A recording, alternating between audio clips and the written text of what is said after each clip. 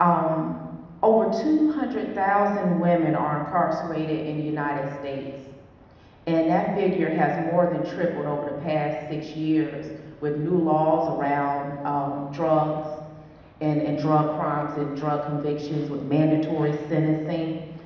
Why have those figures doubled so much? We go to prison for very interesting reasons.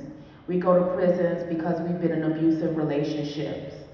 We go to prisons because we're trying to protect a spouse or boyfriend who's selling drugs.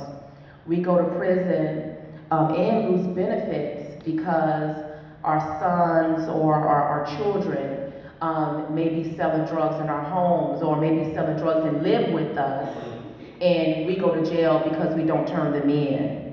This is why we end up in prison most of the time. And because of mandatory sentencing laws, we stay in jail, in prison for a very long time, away from our families and away from living productive lives. Over 58% of women who are in prison are there for drug offenses. So we want to rescind mandatory sentencing laws.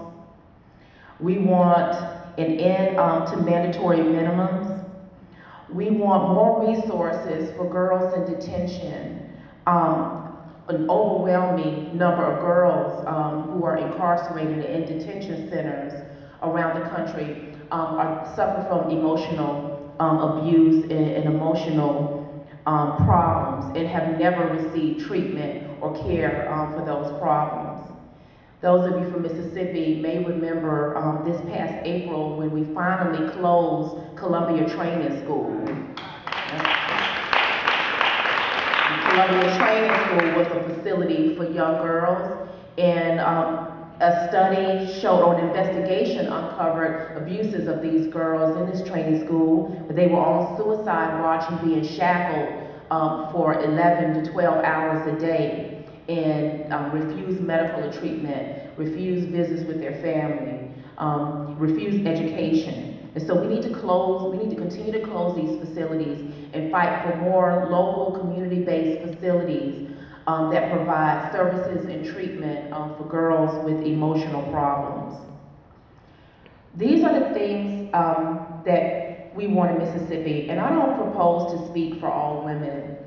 So the main thing that we want is the ability to be heard. And I really want to thank the Center for New Words for this opportunity to speak and to give voices to women, because we are very disenfranchised in this state and in this country. And so forums like these are very important. The final thing that I just want to mention is that we want an end to the disenfranchisement of persons with felony convictions in the state of Mississippi and all over the country. Mississippi is one of 11 states that permanently takes voting rights away from persons with certain felony convictions. It's not all felonies, but certain felony convictions.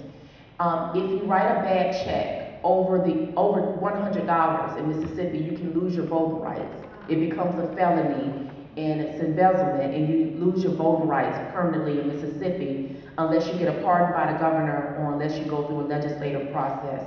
We need to end this un-American process of taking voting rights away from people who have done their time, who have paid their debts to society, and who are participating as active citizens and just want to participate in government again. Thank you.